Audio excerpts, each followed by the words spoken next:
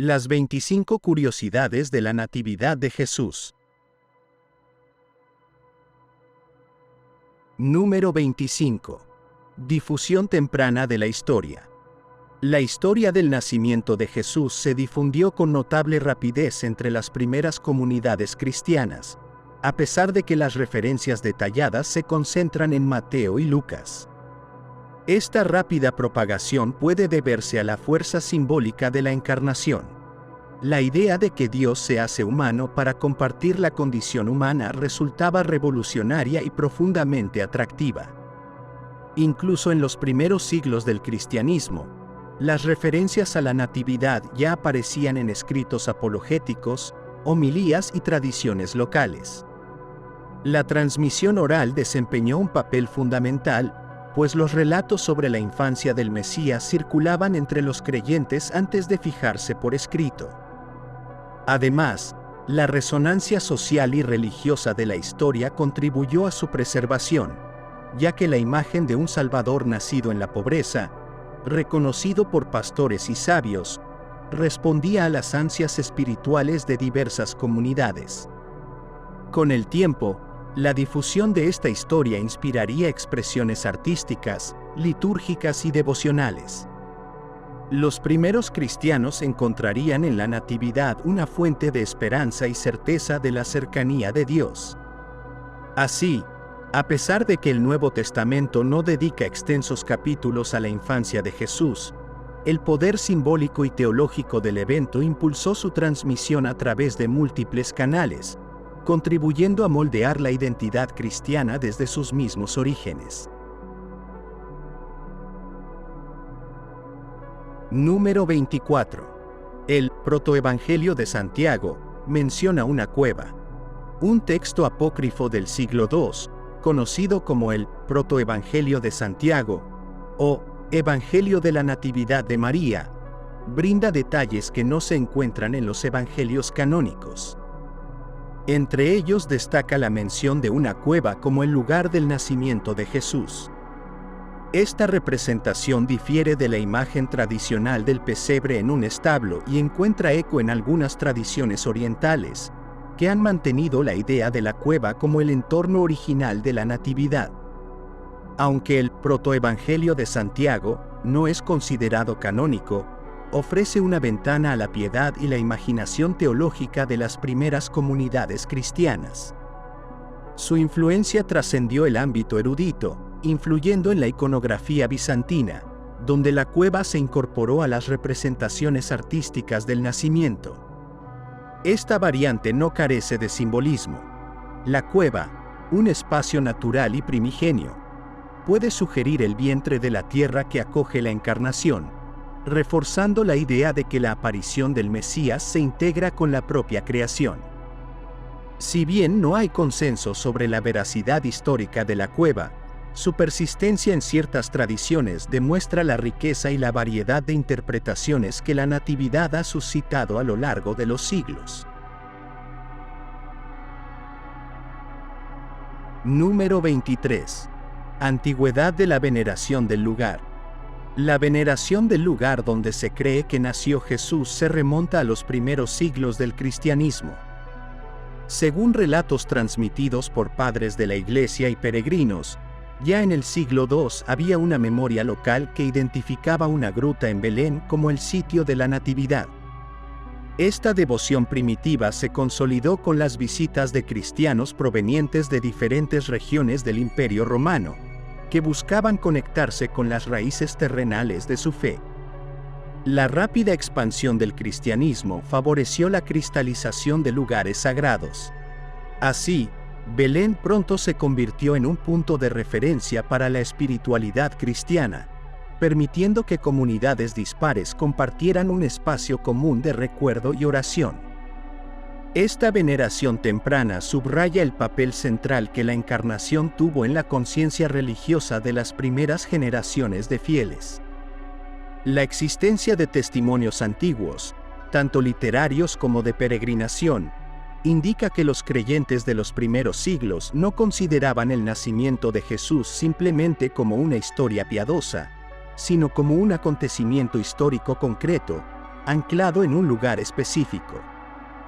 Este arraigo en la geografía marcó el desarrollo de la tradición cristiana y la valoración de la natividad como pilar fundamental de la fe. Número 22.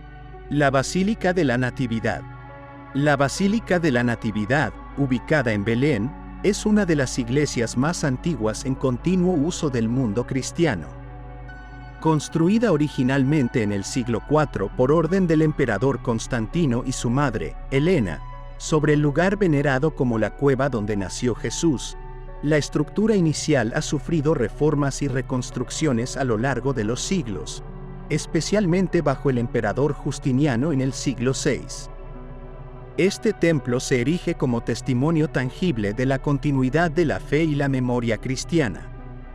Su importancia no se limita a su valor arquitectónico, sino que se extiende a su carácter ecuménico, pues su gestión es compartida por distintas tradiciones cristianas, como la Iglesia Católica, la Iglesia Ortodoxa griega y la Iglesia Apostólica armenia.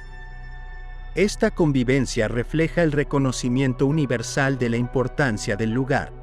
La Basílica de la Natividad, con su famosa puerta de entrada baja, conocida como la Puerta de la Humildad, y su interior repleto de mosaicos y columnas centenarias, continúa atrayendo a peregrinos y visitantes de todo el mundo.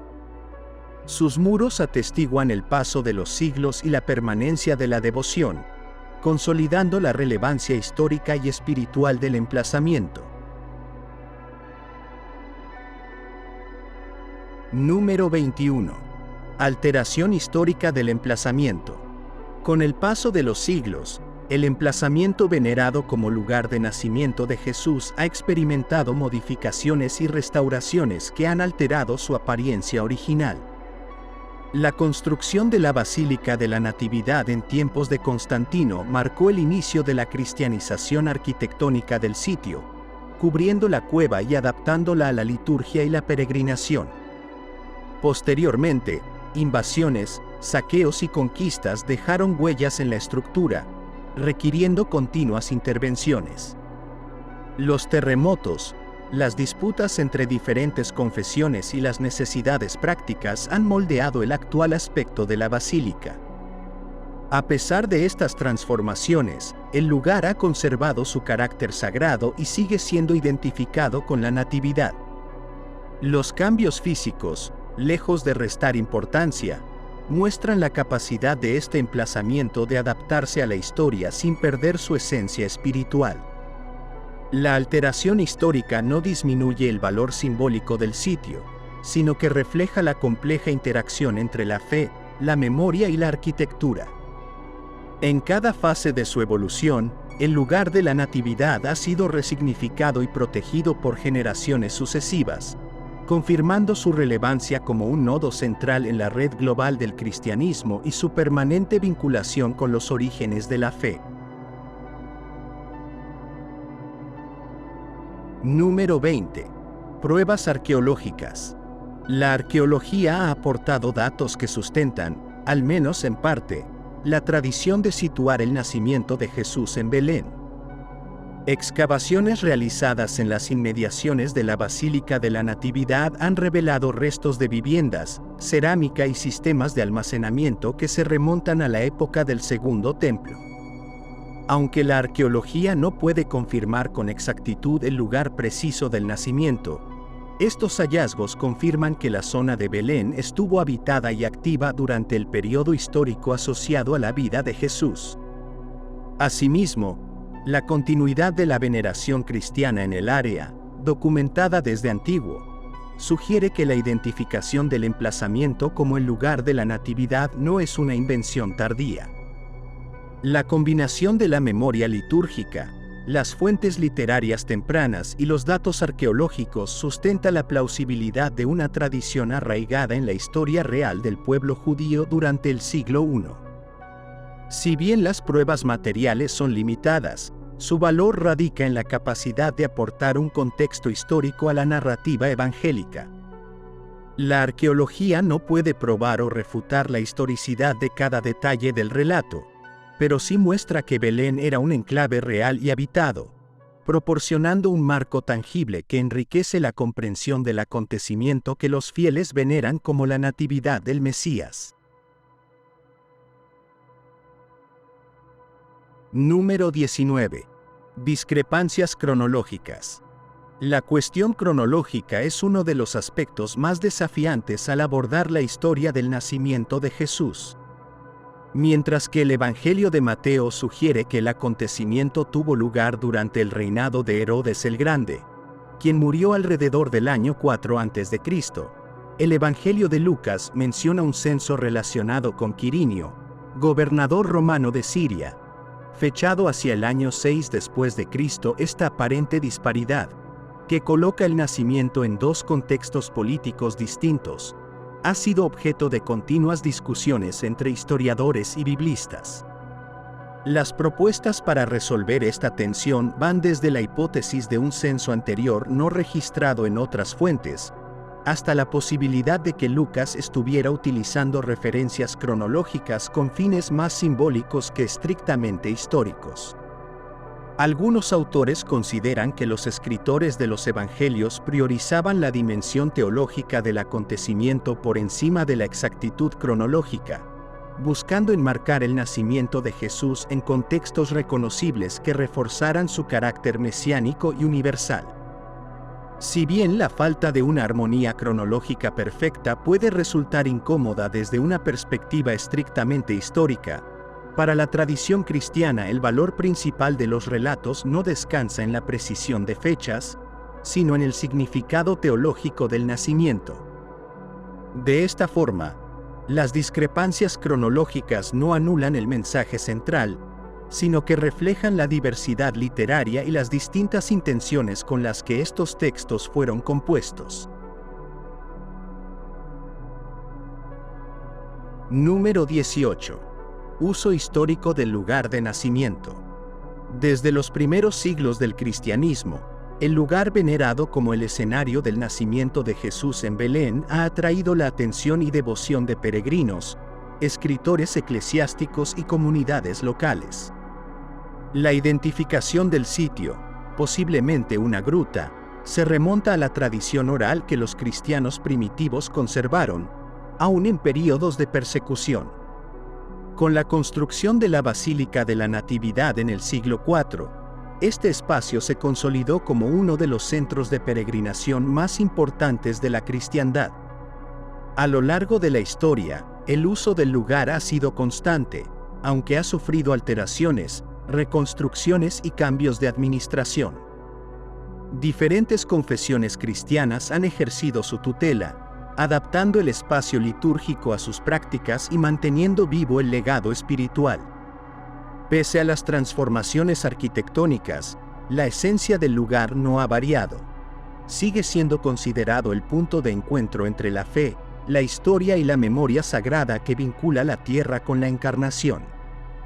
Esta continuidad a través de los siglos muestra que no se trata solo de una cuestión arqueológica o histórica, sino de un foco de espiritualidad viva.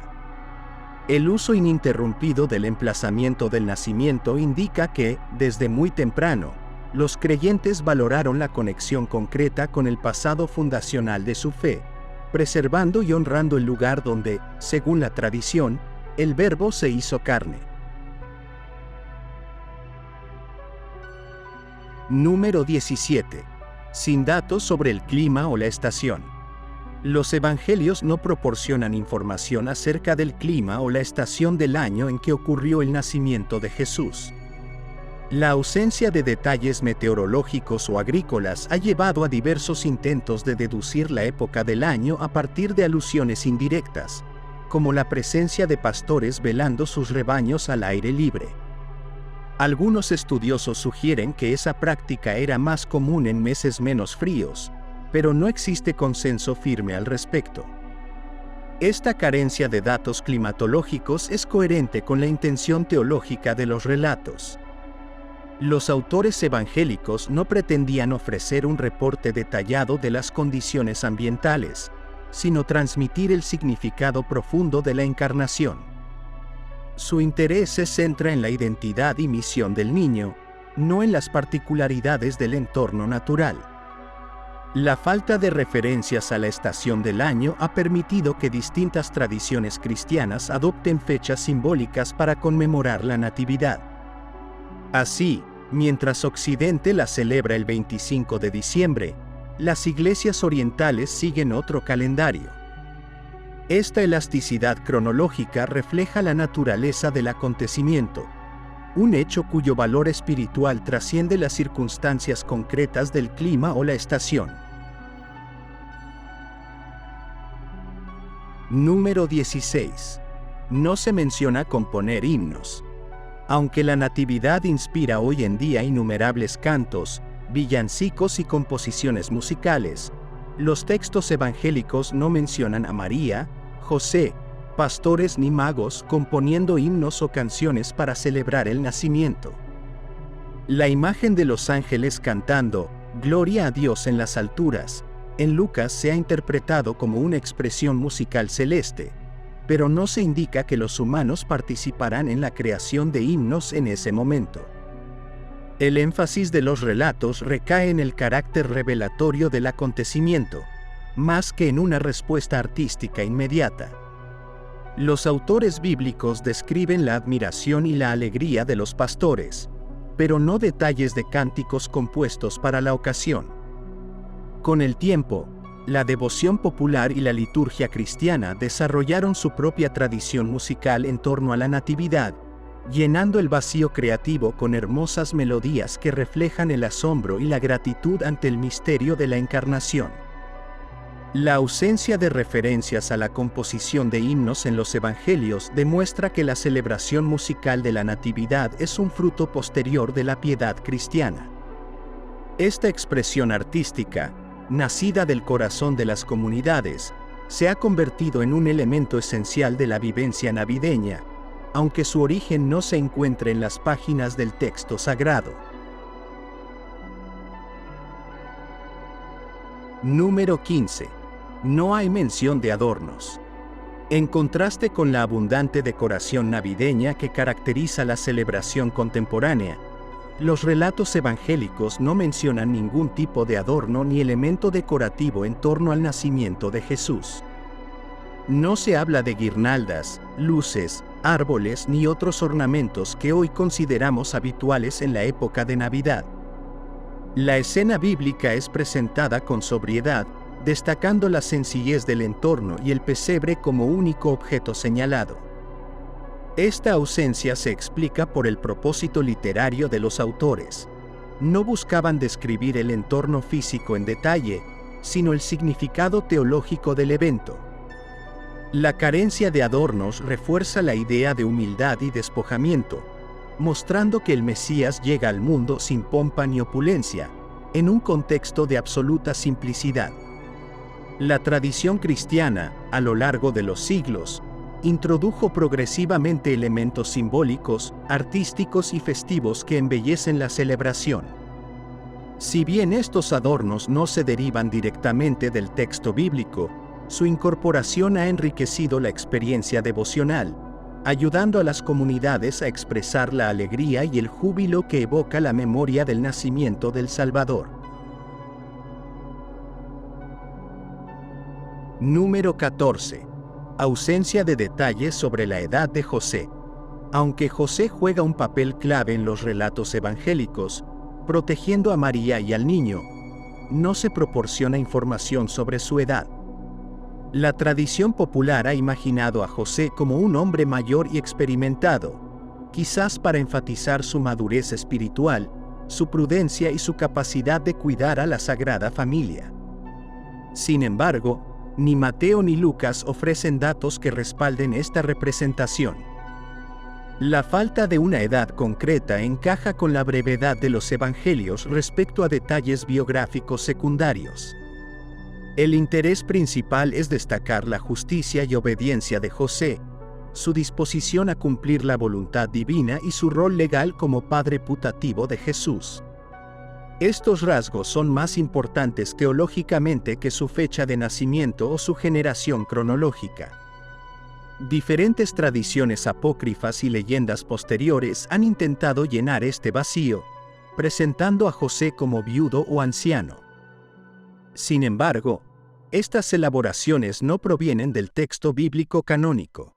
Lo que permanece indiscutible es la relevancia moral y simbólica del personaje, cuya edad exacta es, en última instancia, irrelevante para el mensaje transmitido por los evangelios. Número 13. Sin referencias a intercambio de regalos entre familiares. La costumbre moderna de intercambiar regalos durante la Navidad no encuentra sustento directo en los evangelios. Mientras que la visita de los magos incluye la entrega de obsequios al niño Jesús, no hay mención alguna de que María, José u otros familiares se dieran regalos entre sí en la escena del nacimiento. La práctica del intercambio de presentes navideños es una tradición desarrollada con el tiempo, inspirada en parte por los dones que los magos ofrecen al recién nacido, pero no plasmada de manera literal en las Escrituras. Los relatos canónicos se enfocan en el significado espiritual de la encarnación y en la adoración al niño, no en la expresión material de afecto entre parientes. Este énfasis refuerza la idea de que el mayor regalo es la presencia misma del Salvador, la realización de las promesas mesiánicas y la irrupción del reino de Dios en la historia. La evolución posterior de las costumbres navideñas, incluyendo el intercambio de obsequios, responde a la creatividad y a la piedad popular, que han buscado expresar el amor, la alegría y la generosidad en esta época. Aunque no derive directamente del relato bíblico, esta tradición ha sabido conectar con el mensaje profundo de dar y compartir que la Natividad transmite a través del gesto simbólico de los magos hacia Jesús. Número 12. Primera representación en el arte primitivo. Las primeras representaciones artísticas del nacimiento de Jesús aparecieron en el contexto del cristianismo primitivo, aunque no contamos con una fecha exacta. Entre las obras más antiguas se encuentran las catacumbas romanas, donde algunos frescos y relieves pueden sugerir escenas asociadas a la Natividad. Sin embargo, estas primeras imágenes no siempre eran tan explícitas como las representaciones posteriores, y a menudo se centraban en símbolos cristológicos más abstractos. Con el paso de los siglos, las representaciones del nacimiento se hicieron más detalladas y reconocibles, incorporando elementos narrativos tomados de Mateo, Lucas y tradiciones apócrifas. El arte paleocristiano fue abriendo camino a las majestuosidades bizantinas, medievales y renacentistas, en las que la escena del pesebre se convirtió en un motivo central. A medida que la iconografía evolucionaba, la Natividad ganaba fuerza como imagen del misterio divino humanitario. Aunque las primeras manifestaciones artísticas carezcan de la complejidad que alcanzarían en épocas posteriores, su existencia subraya la importancia que ya en las primeras comunidades cristianas se daba a la encarnación. La búsqueda por expresar visualmente este acontecimiento demuestra que, desde sus orígenes, el cristianismo sintió la necesidad de hacer tangible el misterio central de su fe, el Verbo hecho carne entre los hombres. Número 11. Falta de detalles sobre la salud del niño. Los evangelios no ofrecen indicios sobre la salud, el peso o las condiciones físicas exactas del recién nacido Jesús. No se menciona si el parto fue complicado, ni se detallan cuidados médicos o síntomas específicos.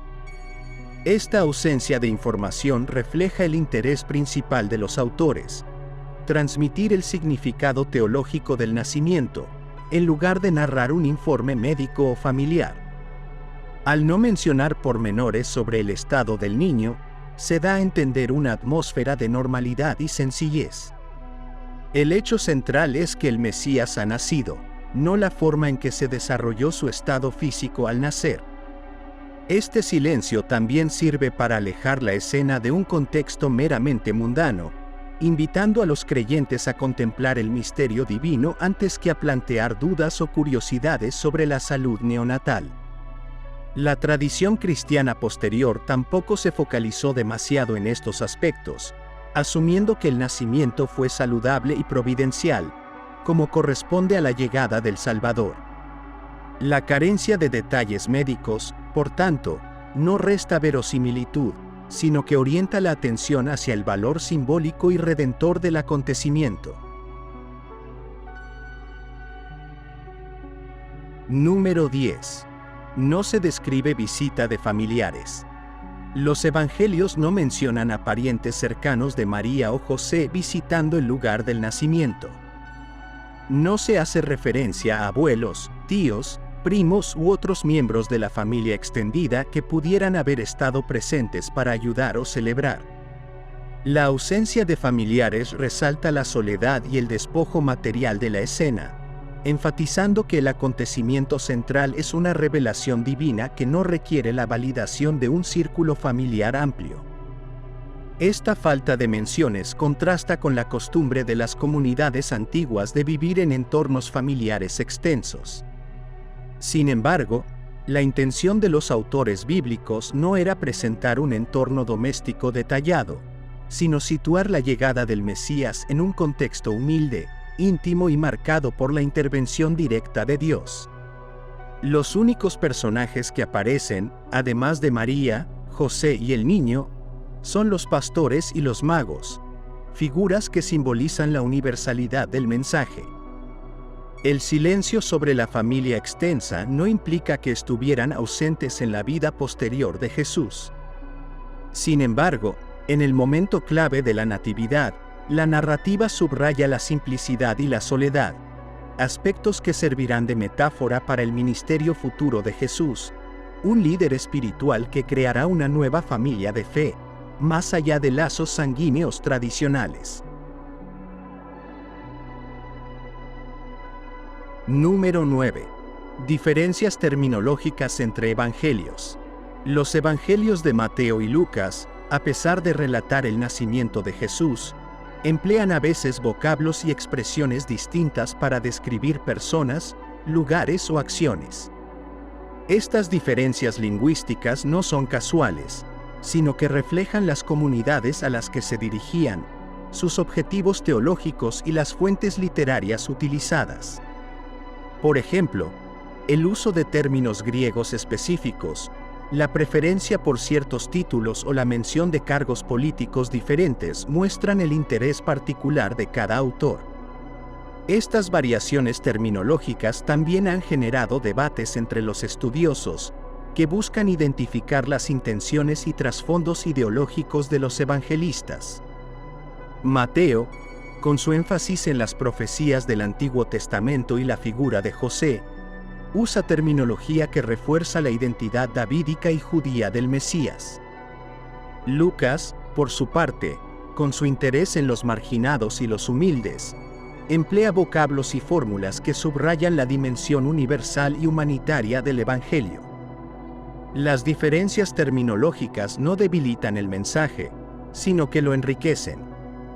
Muestran que los autores abordaron el misterio de la Natividad desde ángulos distintos, adaptando su lenguaje a las inquietudes de sus lectores y confirmando que la revelación cristiana no está limitada a una sola forma de expresión, sino que abarca una variedad de perspectivas y matices.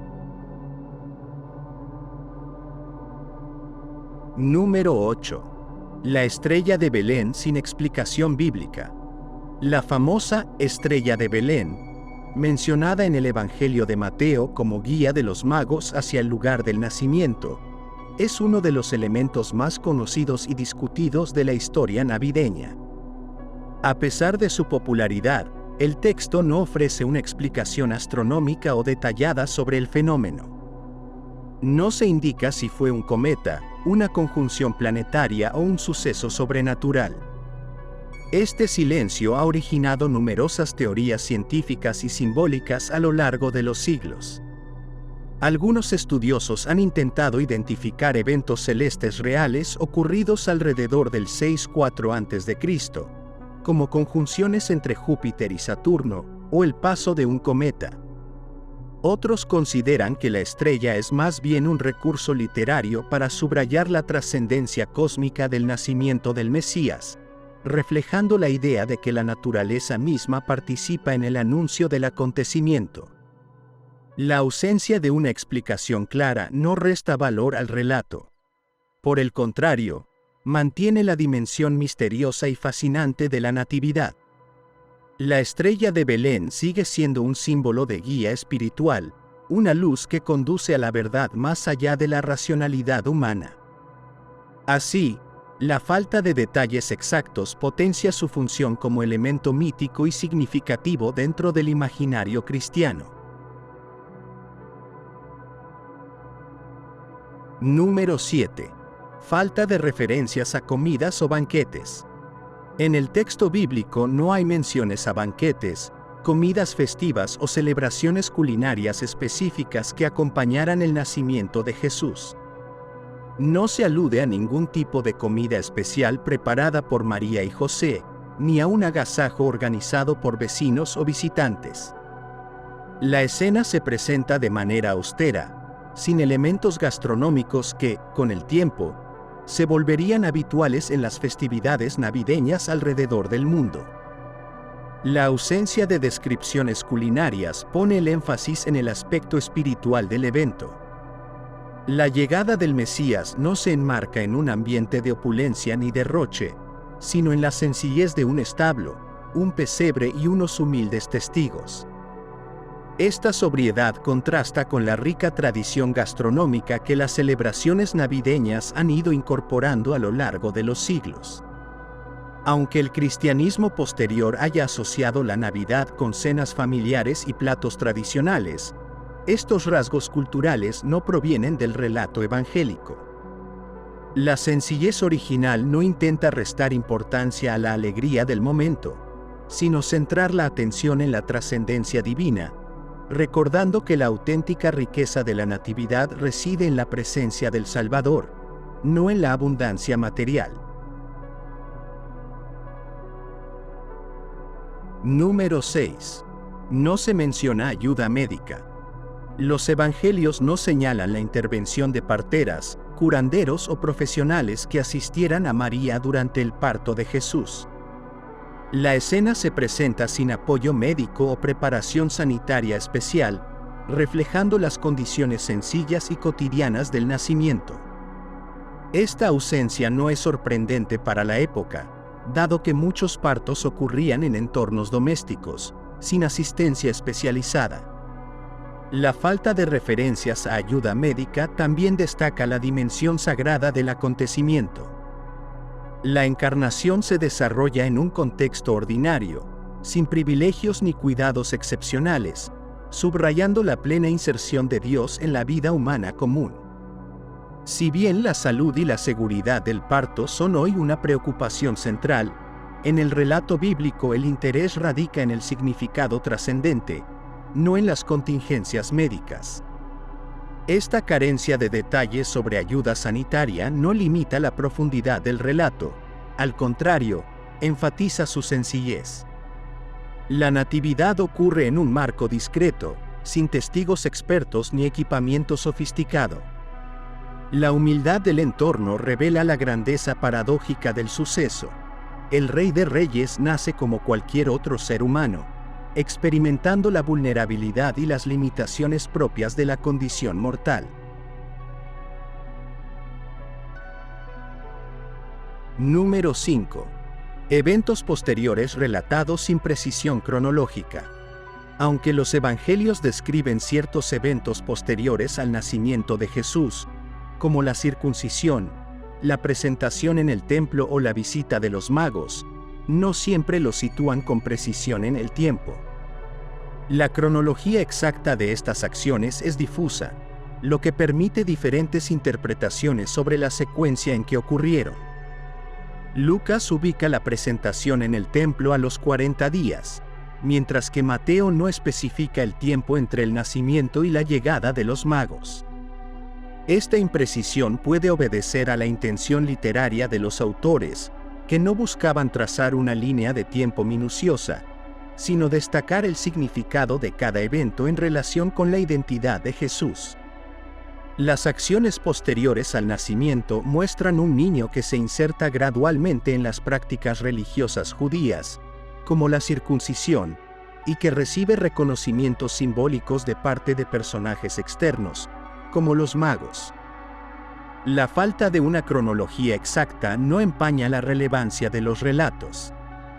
En la tradición cristiana, el valor radica en los símbolos y enseñanzas que emanan de cada episodio, más que en su orden temporal. Así, los lectores son invitados a contemplar la infancia de Jesús en su dimensión teológica, interpretando la secuencia de episodios como una progresiva revelación del Mesías, sin la rigidez de un calendario estricto. Número 4. La datación del Evangelio de Lucas.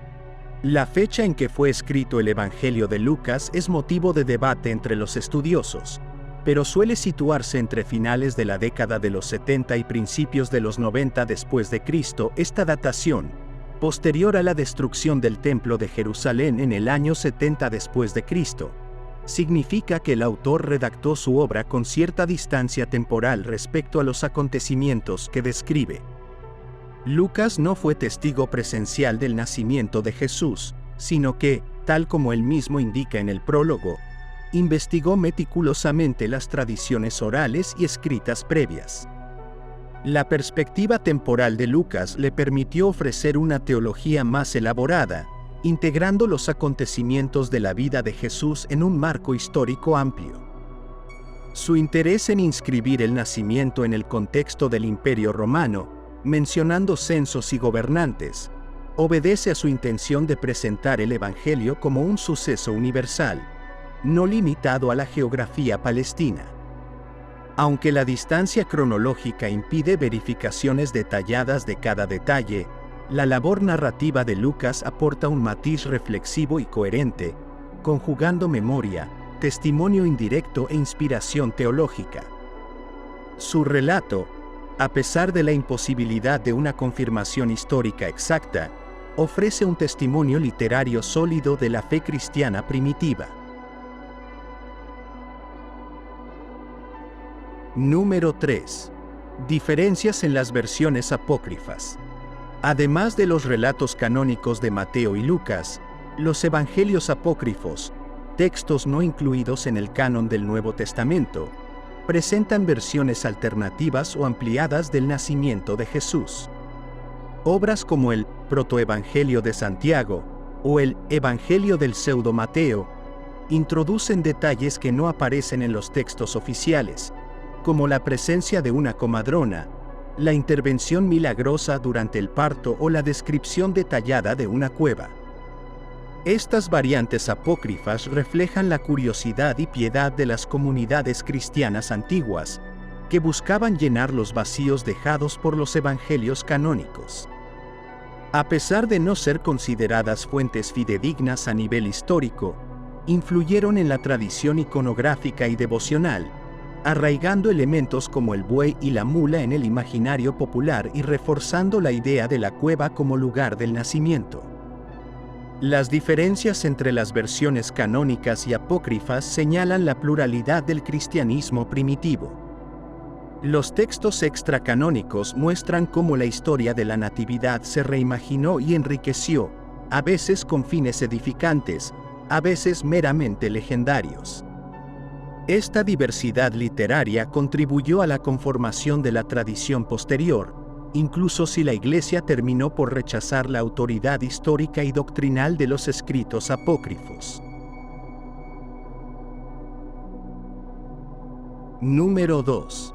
Posibilidad de distintos alojamientos. La mención de la posada o estancia en Lucas es ambigua, lo que ha llevado a distintas interpretaciones sobre el lugar exacto del nacimiento de Jesús. Algunos sugieren que fue una habitación en la casa de parientes, otros creen que podría tratarse de una sección inferior de una vivienda campesina, o incluso de una gruta adaptada para resguardar animales. Esta indefinición abre la puerta a la posibilidad de diferentes alojamientos plausibles según las costumbres del entorno rural de Judea. La elección de un espacio modesto encaja con el mensaje teológico. El Mesías no nace en un entorno privilegiado, sino en condiciones humildes que reflejan la cercanía de Dios con los más sencillos. El relato no se interesa por describir minuciosamente la arquitectura o la logística del alojamiento, sino por señalar el contraste entre la grandeza del acontecimiento y la sencillez del entorno. Con el tiempo, la tradición y la arqueología han buscado apuntalar una u otra hipótesis, pero el texto bíblico sigue abierto a múltiples interpretaciones. Esta flexibilidad, lejos de ser una debilidad, enriquece la comprensión de la natividad, recordándonos que el verdadero foco no está en el tipo de construcción, sino en el sentido espiritual de la encarnación, que puede acontecer en cualquier lugar humilde de la tierra. Número 1. La veneración del lugar del nacimiento desde época muy temprana. Testimonios tempranos de padres de la Iglesia y peregrinos indican que, ya en el siglo II, la comunidad cristiana de Belén y sus alrededores recordaba y veneraba el lugar identificado como escenario de la Natividad. La memoria local, transmitida de generación en generación, era un componente esencial de la fe, y guió a los primeros creyentes a conservar y señalar el sitio donde, según la tradición, el Verbo de Dios se hizo carne. Esta veneración temprana se vio reforzada cuando, tras la paz constantiniana, la madre del emperador, Helena, impulsó la construcción de la Basílica de la Natividad a inicios del siglo IV. La presencia de este santuario consolidó la identificación del lugar y lo convirtió en un destino de peregrinación internacional. Así, la devoción por el lugar del nacimiento no es un fenómeno tardío, sino que hunde sus raíces en el cristianismo primitivo, reflejando la importancia de la encarnación en la conciencia de los primeros fieles. La continuidad de la veneración a través de los siglos, a pesar de conquistas, disputas y cambios culturales, muestra la resistencia de una tradición que considera sagrado el espacio que testimonia la irrupción divina en la historia humana.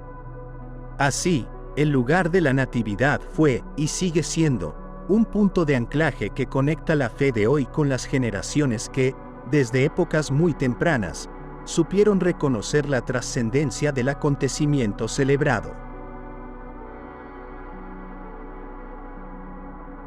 Gracias por ver nuestro video.